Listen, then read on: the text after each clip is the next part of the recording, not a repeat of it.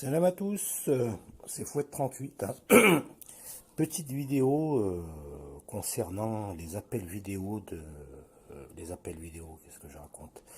Les appels aux mosquées que font Ahmed Moalek, ses suiveurs et aussi Atali DZ.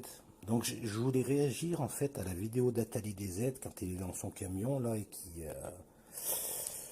qui insulte la sunna et qui remet en cause la sunna par rapport aux appels vidéo d'Ahmed Moalek aux mosquées, aux imams. Donc, tout d'abord, moi je fais le distinguo, je fais la différence entre Atali DZ, qui pour moi appelle les mosquées vraiment pour poser des questions sincères. Moi je le pense sincère. Il appelle pour trouver des réponses à ces questions. Et c'est tout à fait légitime. C'est bien. Et je fais la différence donc avec un Ahmed Moalek qui lui, c'est plutôt une manière sournoise en fait, essayer de piéger les imams. C'est son but en fait. Lui, il sait se dire, hein, quand ils appellent les imams, c'est pour essayer de choper des petites contradictions et de là, essayer de légitimer sa connerie, sa thèse, soi-disant. En chopant une petite contradiction à gauche à droite. Voilà. Donc, maintenant, je vais vous faire cette vidéo pour vous montrer que ces appels aux imams n'ont aucun sens. Ça, c'est des coups d'épée dans l'eau. Pourquoi? Parce que les imams ne sont pas formés pour répondre à ces questions.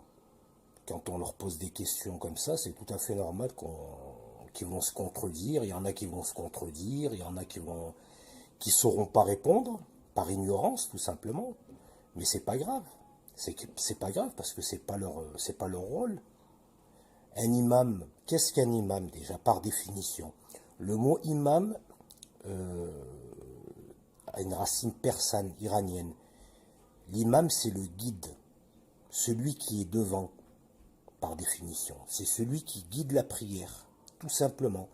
Le rôle d'un imam, c'est guider la prière, c'est donner des conseils, on va dire, dans le rite, sur le rite musulman, tout simplement. Voilà. Ce ne sont pas des chercheurs, ce ne sont pas des islamologues, ce ne sont pas des exégètes. Disons en général, c'est rare, mais moi j'en ai jamais vu des imams qui ont fait des études islamiques universitaires. C'est pas des chercheurs qui ont publié dans des revues, rien de tout ça. Et c'est pas ce qu'on leur demande. Un imam, c'est quelqu'un qui a des compétences dans les rites de la pratique de l'islam au quotidien, tout simplement. C'est quelqu'un qui est choisi par sa petite communauté de musulmans dans sa mosquée. Bon, ben toi, tu as un peu plus d'expérience que nous. Donc, tu vas guider la prière. Et tu vas essayer de répondre aux questions qui touchent surtout le sociétal. Pourquoi on va voir un imam dans les mosquées? Pourquoi les gens ils vont voir les imams, à votre avis? Pour leur demander les secrets de la révélation? Comment le Coran il a été révélé? Non, c'est pas pour ça. C'est pour poser des questions sur le divorce, sur le mariage, sur le sociétal, sur l'aumône, sur comment se comporter avec mon enfant qui fait telle ou telle bêtise, comment est-ce que j'ai le droit d'acheter ça, est-ce que voilà, c'est ça le rôle du imam, il s'arrête là, il va pas plus loin. Pourquoi téléphoner au imam pour leur poser des questions pointues sur les versets du Coran, en sachant que la majorité ne sauront pas répondre, et c'est pas de leur faute. Encore une fois, c'est pas ce qu'on leur demande. Et de là, cyniquement, sournoisement, essayer d'en déduire que voilà, vu que cet imam s'est trompé, donc l'islam est faux. Voilà, ça c'est la théorie c'est le nouveau sport de Moalek.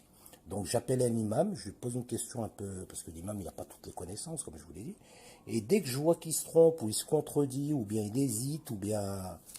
Hop, voilà, donc voilà, c'est bon, c'est plus l'islam n'est pas bon.